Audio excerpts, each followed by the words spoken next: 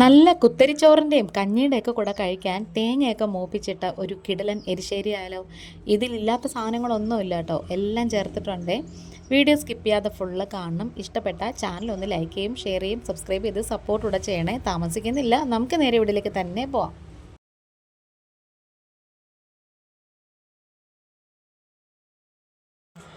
ഞാനിപ്പോൾ ദേ ഒരു 5 മണിക്കൂറായിട്ട് കടലയും വൻപയറും കൂടെ കുതിർക്കാനായിട്ട് ഇട്ടിട്ടുണ്ട്. ചെറിയ ചൂടുവെള്ളത്തിലാണ് ഞാൻ കുതിർക്കാൻ ഇട്ടിട്ടത്, പെട്ടെന്ന് എടുക്കണമെന്നുള്ള ആവശ്യമുള്ളതുകൊണ്ട്. അല്ലെങ്കിൽ നമ്മൾ തലേദിവസം രാത്രിയൊക്കെയാണ് കുതിർക്കാനിടുന്നത്. ഇനി ഇതിലേക്ക് കുറച്ച് നികക്ക വെള്ളം ഒഴിച്ച് കൊടുത്തതിന് ശേഷം പാകത്തിനുള്ള ഉപ്പും കൂടി ചേർത്തിട്ടൊരു 5 വിസിൽ കേൾപ്പിച്ചെടുക്കാമേ. ഇനി ഞാനിവിടെ കുറേ കഷ്ണങ്ങൾ എടുത്തിട്ടുണ്ട്. ഇതിനകത്ത് കപ്പയുണ്ട്, ഏത്തൻകായുണ്ട്, കാച്ചിലുണ്ട്, ചേമ്പുണ്ട്, ചേനയുണ്ട്, അങ്ങനെ ആവശ്യമുള്ള എല്ലാ കാര്യങ്ങളും എടുത്തിട്ടുണ്ട് കേട്ടോ. ഇതെല്ലാം തന്നെ ഒരു ചെറിയ ചതുര കഷ്ണങ്ങളായിട്ടാണ് നമ്മൾ നുറുക്കിയേക്കുന്നത്.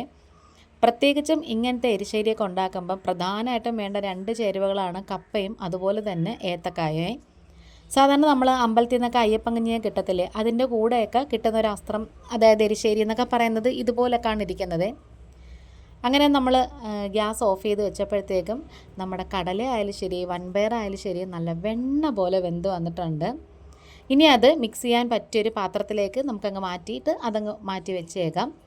എന്നിട്ടിനി കഷ്ണങ്ങൾ നമുക്ക് കുക്കറിലേക്ക് ഇട്ട് കൊടുക്കാം. ഇനി നിങ്ങളുടെ കയ്യിൽ കപ്പയ്ക്കയോ അങ്ങനത്തെ എന്തെങ്കിലും ഉണ്ടെങ്കിൽ, ചൊരക്കയോ അതൊക്കെ ഉണ്ടെങ്കിൽ അത് വേണമെങ്കിൽ ഒരു ചെറിയ കഷ്ണം ഇട്ട് കൊടുക്കുന്നതുകൊണ്ട് കുഴപ്പമൊന്നുമില്ല.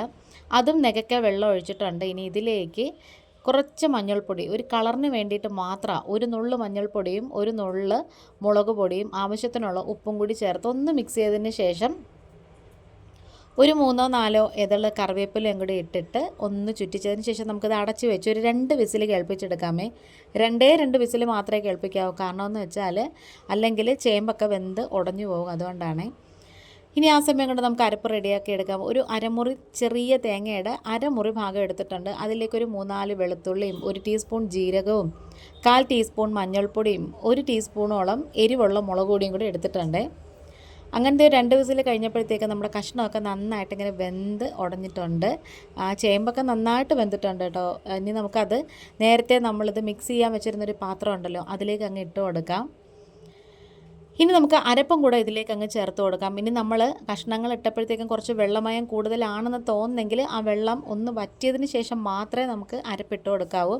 ഇപ്പം അത്യാവശ്യത്തിനുള്ള വെള്ളം മാത്രമേ ഉണ്ടായിരുന്നുള്ളൂ, അതുകൊണ്ടാണ് ഞാനിപ്പം അരപ്പും കൂടി ഡയറക്റ്റായിട്ട് ചേർത്ത് കൊടുത്തത്.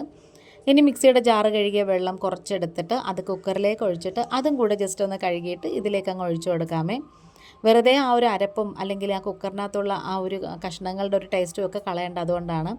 അപ്പോൾ ഉപ്പ് കുറവായിരുന്നതുകൊണ്ട് ഞാനൊരു ഇച്ചിരി ഉപ്പും കൂടി ചേർത്ത് കൊടുത്തിട്ടുണ്ട്. ഇതൊരുപാട് ലൂസ് ആവണ്ട, നമുക്ക് കഞ്ഞിയുടെ കൂടെ കഴിക്കാനാണ്. പിന്നെ ഇത് തണുത്ത് കഴിയുമ്പം എന്തായാലും കുറച്ചും കൂടെ കട്ടിയായിട്ട് വരുമേ. നല്ല ടേസ്റ്റാണ് കേട്ടോ. ഈ വേനലൊക്കെ ഇപ്പം തന്നെ അങ്ങ് തീരും. ഇനി ഒരു 1-2 മാസമൊക്കെ കഴിയുമ്പോഴത്തേക്കും നല്ല മഴകളങ്ങ് തുടങ്ങും, ഇടവപ്പാതിയാവും, മഴയാവും. അപ്പോൾ അങ്ങനെയൊക്കെ ഉള്ള സമയത്ത് മിക്കവാറും രാത്രി എല്ലാവർക്കും കഞ്ഞി കുടിക്കാനായിരിക്കും ഭയങ്കര ഇഷ്ടമേ. ഇവിടെ എല്ലാവർക്കും ഭയങ്കര ഇഷ്ടമാണ് കേട്ടോ കഞ്ഞി കുടിക്കാനായിട്ട്. പക്ഷേ നമ്മൾ വല്ലപ്പോഴും ഉണ്ടാക്കാറുണ്ട് രാത്രിയിലത്തേക്ക്. കുത്തരിക്കഞ്ഞിയാണ് കൂടുതൽ ഇഷ്ടം. പക്ഷേ ഇന്നിപ്പം നമ്മൾ സാധാരണ വെള്ള അരിയാണ് കേട്ടോ എടുത്തേക്കുന്നത്. അങ്ങനത്തെ നമ്മൾ അതൊക്കെ ഒരു പത വരുന്നത് വരെ ചൂടാക്കിയിട്ട് മാറ്റി വെച്ചിട്ടുണ്ട്. ഇനി വേറൊരു കുഞ്ഞ് ചീനിച്ചട്ടി എടുത്തിട്ട് അതിലേക്ക് 1 ടേബിൾ സ്പൂൺ വെളിച്ചെണ്ണ ഒഴിച്ച് കൊടുത്തിട്ട് അതിലേക്ക് കുറച്ച് തേങ്ങ, ഒരു കൈപ്പിടിയോളം തേങ്ങ എടുത്തിട്ട് ഇതിലേക്ക് ചേർത്ത് കൊടുക്കണം. അതിനു മുമ്പ് നമ്മൾ കടുക് ഇട്ടിട്ടുണ്ടായിരുന്നു. 1 ടീസ്പൂൺ കടുക് ഇട്ട് നന്നായി പൊട്ടി വന്നതിന് ശേഷമാണ് നമ്മൾ തേങ്ങ ചേർത്ത് കൊടുക്കുന്നത്. ഇനി ഈ തേങ്ങയുടെ കളർ നല്ല ഡാർക്ക് ബ്രൗൺ ആയിട്ട് വരണേ. നല്ലോണം ഒരു ബ്രൗൺ കളറായിട്ട് തേങ്ങ നന്നായിട്ട് ഇങ്ങനെ മൂത്ത് മൊരിഞ്ഞ് വരണം. ഈ ഒരു പരുവമൊക്കെ ആകുമ്പോഴത്തേക്കും വല്ലാതായി പോകും, അതുകൊണ്ടാണ് ഞാനിതുപോലെ നന്നായിട്ട് ഇങ്ങനെ മൂപ്പിച്ചെടുക്കുന്നത്. ഇനി നമുക്ക് ഗ്യാസ് ഓഫ് ചെയ്തതിന് ശേഷം വറ്റൽ മുളകും കറിവേപ്പിലയും കൂടി ചേർത്ത് കൊടുക്കാം. അപ്പം ഈ ഒരു കറിക്ക് ഒരുപാടങ്ങ് കറുത്ത കളർ ആവണ്ട, വറ്റൽ മുളകും അതുപോലെ തന്നെ കറിവേപ്പിലയും ഒക്കെ. അതുകൊണ്ടാണ് ലാസ്റ്റ് ഇങ്ങനെ ചേർത്ത് കൊടുക്കുന്നത്. അപ്പം ഈ ഒരു പരുവത്തിൽ നമ്മൾ എടുക്കുകയാണെങ്കിൽ ആ മുളകിൻ്റെയും അതുപോലെ തന്നെ ആ കറിവേപ്പിലയുടെ പച്ചപ്പും എല്ലാം നന്നായിട്ട് കാണാൻ പറ്റും. അങ്ങനെ നമ്മൾ വറുത്ത് വെച്ച കൂട്ട് ഫുള്ള് ഇതിലേക്ക് അങ്ങ് ഒഴിച്ചു കൊടുക്കാം. പിന്നെ നമ്മളെപ്പോഴും ചെയ്യുന്നത് പോലെ തന്നെ ചീനിച്ചട്ടിക്കകത്ത് കുറച്ച് ആ ചാറൊഴിച്ചിട്ട് അതും കൂടി വടിച്ച് ഇതിലേക്ക് അങ്ങ് ഇട്ട് കൊടുക്കുവാണേ. ഒരു 5 മിനിറ്റ് മൂടിയൊക്കെ വെച്ചതിന് ശേഷം നമുക്കിനി തുറന്നിട്ട് ഒന്ന് പതിയെ ഒന്ന് മിക്സ് ചെയ്ത് ഇളക്കി കൊടുക്കാം. അപ്പോൾ നമ്മുടെ കിടിലൻ അസ്ത്രം, അതായത് എരിശ്ശേരി, അതായത് കൂട്ടുകറി ഇവിടെ റെഡിയായി വരുവാണ്. അപ്പം ഞാൻ നേരത്തെ പറഞ്ഞതുപോലെ നമ്മൾ കലക്കിയപ്പോഴുള്ളതുപോലെയല്ല, ഇപ്പം കുറച്ചുകൂടി കുറുകി വന്നിട്ടുണ്ട്. ഇനി കുറച്ച് കഴിയുമ്പോൾ ഇച്ചിരിയും കൂടെ കുറുകും, കാരണം നമ്മൾ തേങ്ങയൊക്കെ മൂപ്പിച്ചിട്ടതായതുകൊണ്ട് ഇച്ചിരിയും കൂടെ ഒന്ന് കുറുകി വരുവേ. അപ്പോൾ അത് എല്ലാം നല്ല പാകത്തിനായിട്ടുണ്ട്. Video wind up ചെയ്യാറായി. ഇന്നിപ്പോൾ ഇത്രയേ ഉള്ളൂ. വീണ്ടും വരാം. Thanks for watching.